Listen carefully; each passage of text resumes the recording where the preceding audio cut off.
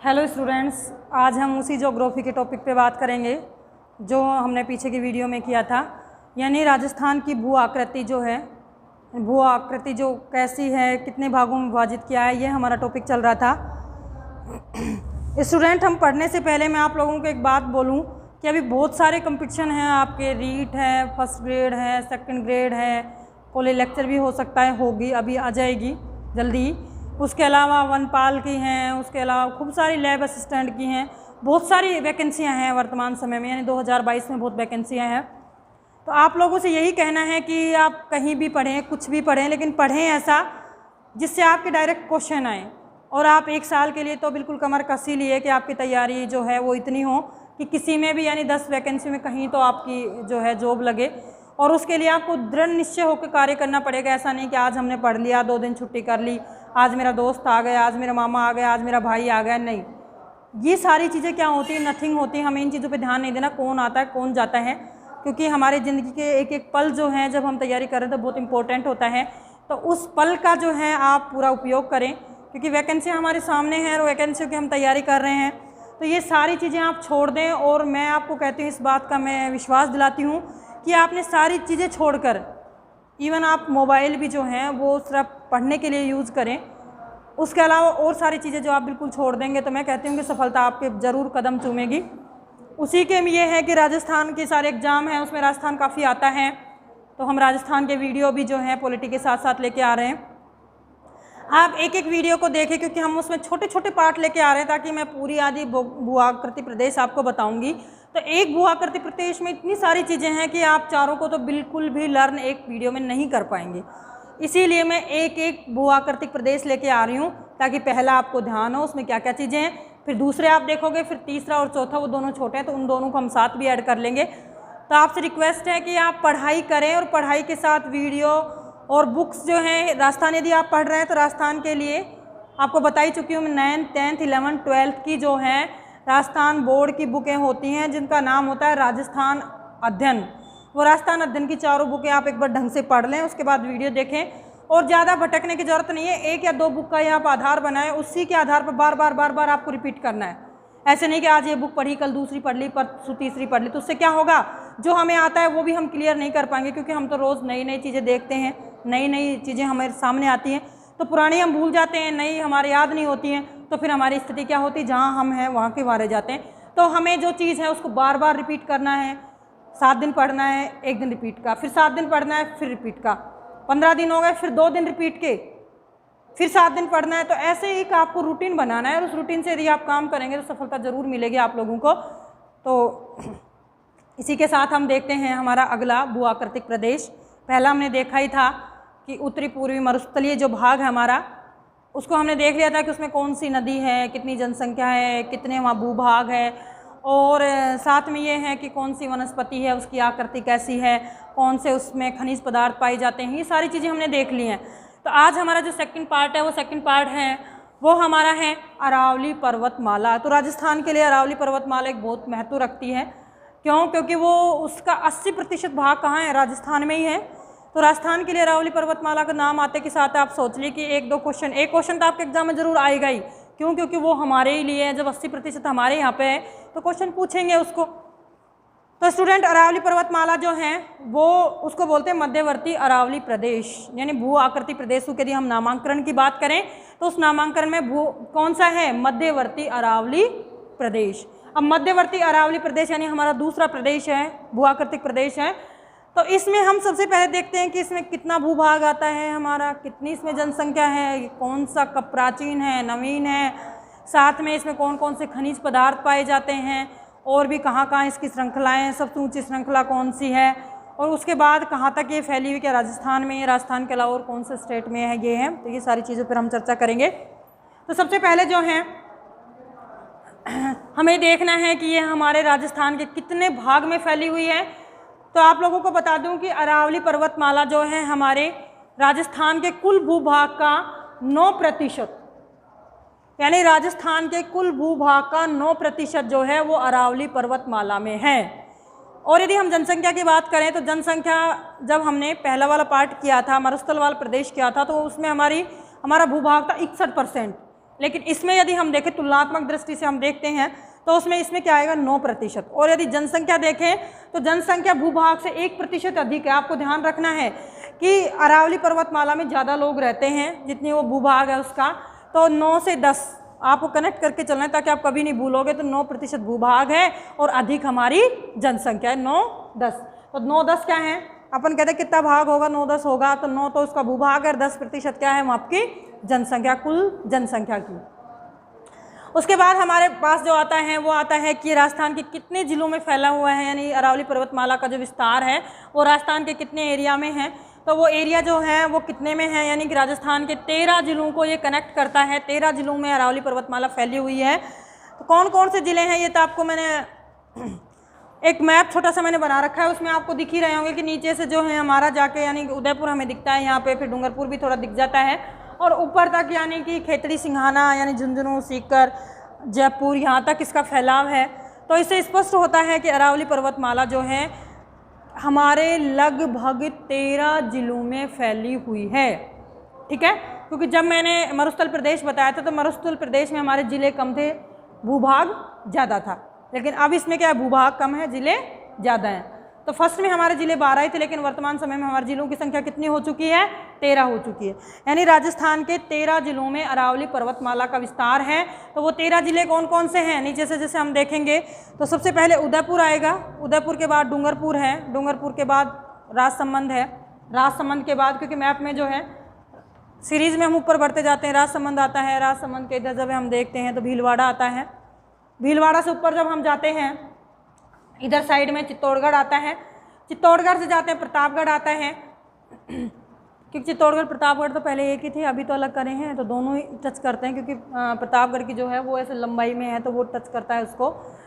उसके बाद जो है हम यदि ऊपर बढ़ते हैं तो ऊपर हमारा आता है, फिर आ जाती है हमारी पाली आ जाती है ऊपर की साइड में, फिर सिरोही आ जाता है, अजमेर आ जाता है, और अजमेर के बाद यदि आता है तो आ जाता है जयपुर आ जाता है, अलवर आ जाता है, और फिर आता है सीकर, और फिर आता है झुंझुनू। तो सारे ज़िले लगभग हो चुके हैं आपके, यानी उदयपुर से स्टार्ट होता है, फिर राजसमंद है, फिर डूंगरपुर है, डूंगरपुर के बाद चित्तौड़गढ़ है, प्रतापगढ़ है, भीलवाड़ा है, सीकर है, झुंझुनू है, अजमेर है, सिरोही है, अलवर है, पाली और जयपुर। यानी हमारे 13 ज़िले जो हैं वो इससे कनेक्ट करते हैं। अब स्टूडेंट एक क्वेश्चन पूछा जाता है आप लोगों से कि अरावली पर्वतमाला की कुल लंबाई कितनी है। उसने क्वेश्चन 2 प्रकार के प्रकृति के होते हैं, एक तो आपसे पूछेगा कि अरावली पर्वतमाला की कुल लंबाई कितनी है, एक आपसे क्वेश्चन पूछेगा कि राजस्थान में अरावली पर्वतमाला की कुल कितनी लंबाई है। क्वेश्चन तो एक ही हुआ, एक सिर्फ राजस्थान वर्ड लग गया, और उस राजस्थान वर्ड के साथ ही क्या होता है, उत्तर जो है बदल जाता है, हमारा आंसर जो है वो बदल जाता है।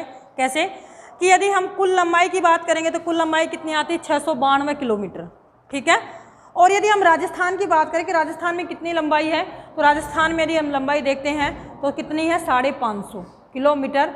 यानी कि कुल लंबाई का 80% भाग जो है वो कहाँ है, हमारे राजस्थान में। एक बार फिर आप रिपीट करें कि 692 किलोमीटर लंबी है अरावली पर्वतमाला, जो कुछ पार्ट उसका गुजरात में है और कुछ पार्ट उसका कहाँ है, कुछ पार्ट उसका ऊपर दिल्ली है, यानी गुजरात से लेकर दिल्ली तक फैली हुई है।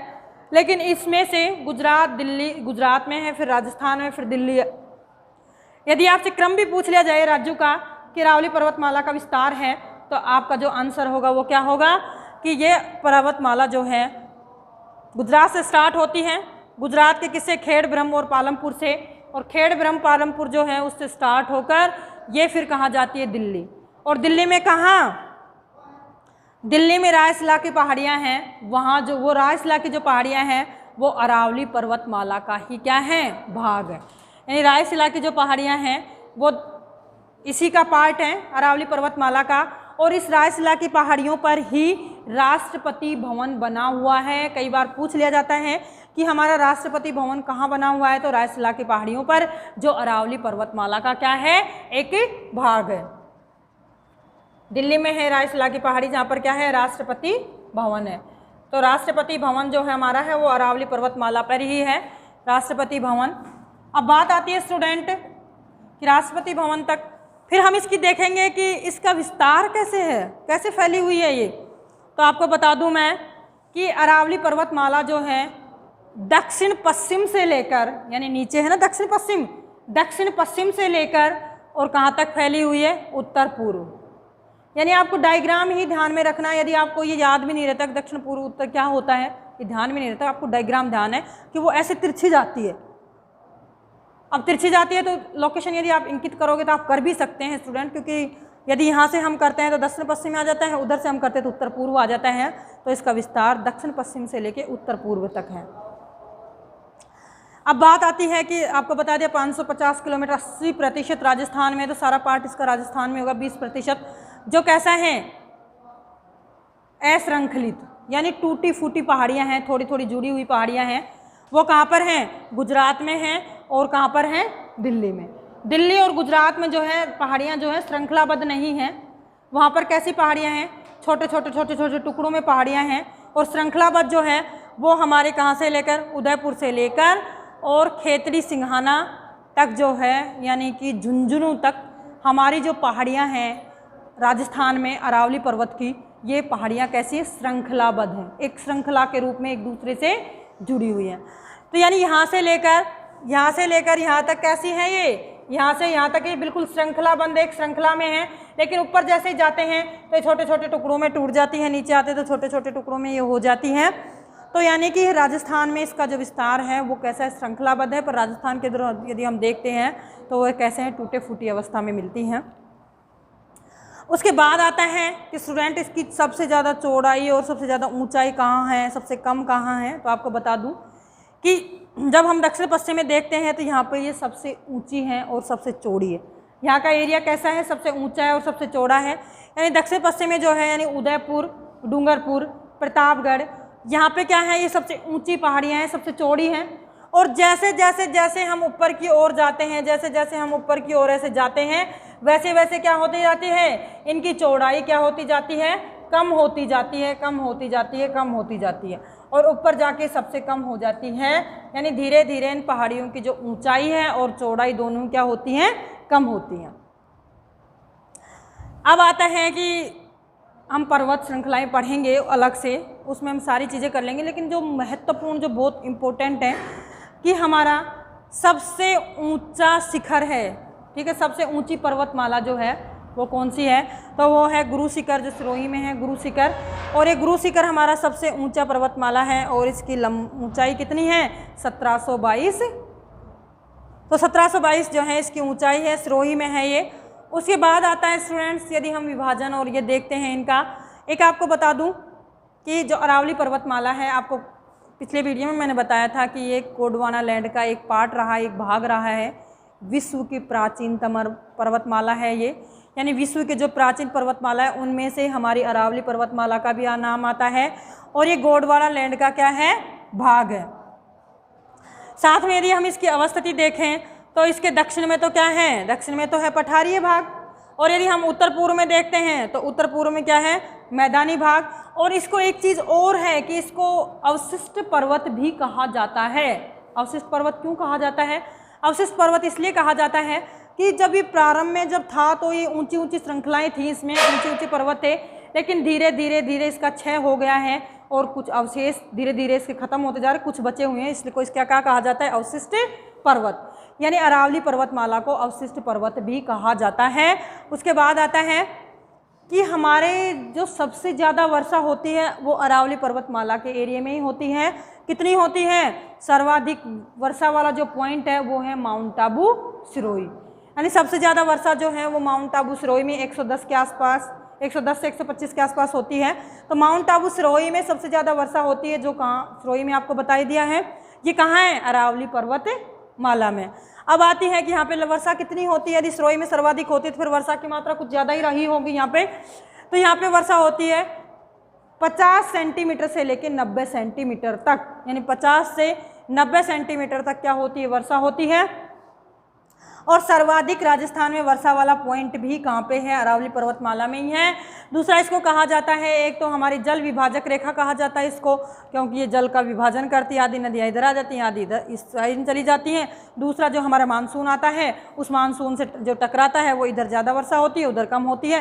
तो दोनों ही दृष्टि से क्या है कि ये हमारा जल विभाजक माना जाता है। एक है कि ये हमारा जो पूरा प्रदेश है, उस प्रदेश को क्या है, उस प्रदेश को जो है ये क्या करता है, असमान भागों में बांटता है, दो भागों में बांट देता है। असमान में एक तरफ वर्षा ज़्यादा, एक तरफ वर्षा कम। इस आधार पर यानी हमारे पूरे राजस्थान को कि एक जल विभाजक रेखा है, दूसरा है कि पूरे राजस्थान को ये दो असमान भागों में विभाजित करता है। ये आपको बता दिया कि सबसे प्राचीन, विश्व की ही सबसे प्राचीन पर्वतमाला है। उसके बाद आता है जल विभाजक रेखा है। इसकी जो चट्टान है, कौन सी चट्टान इसमें है, ग्रेनाइट। यानी चट्टान का यदि पर्सनली आपसे पूछा जाए तो ग्रेनाइट यहाँ मिलती है।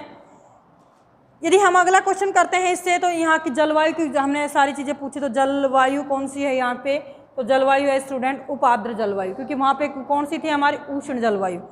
कौन सी थी, शुष्क थी ना, शुष्क जलवायु जिसको उष्ण भी बोलते हैं हम। तो वहाँ पे थी हमारी कैसी, शुष्क जलवायु थी, और शुष्क उष्ण थी। तो उष्ण के साथ अब कैसे आ जाएगी, उपोष्ण। तो कैसी जलवायु है यहाँ पे, उपोष्ण, उपाद्र जलवायु है। उपोष्ण बोल दीजिए, उपाद्र बोल दीजिए। तो यहाँ पे कैसी जलवायु, उपाद्र जलवायु। अब उपाद्र जलवायु पाई जाती है, यानी कि थोड़ी नमी यहाँ पे होती है, मरुस्थल के बजाय यहाँ पे नमी है, तो इसको उपाद्र जलवायु बोल देते हैं।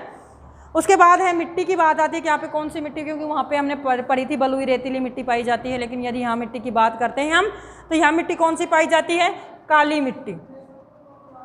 काली मिट्टी के साथ में कैसे पाई जाती है, भूरी लाल। और उसके अलावा जो है ये पर्वत श्रेणी है, तो यहाँ पे जब कटाव लगता है, कंकर पत्थर आते हैं, इसलिए यहाँ कंकरीली मिट्टी भी पाई जाती है। उसके बाद आपको बता दिया गोंडवाना लैंड का एक पार्ट है ये, और